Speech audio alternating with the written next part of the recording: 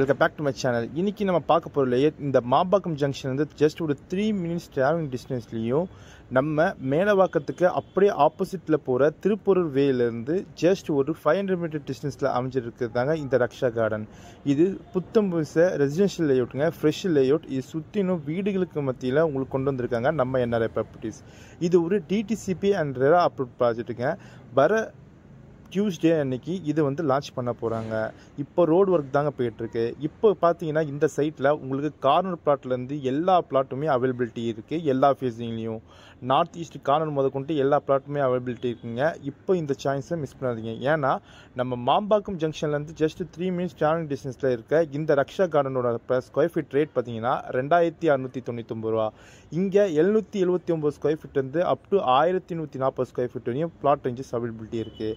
அப்படி பார்த்தீங்கன்னா உங்ககிட்ட வெறும் 21 லட்சம் இருந்தாவே போதுங்க, இங்கே ஒரு கீட்டர் கம்யூனிட்டி லேஅவுட்டே புக் பண்ணிடலாம்.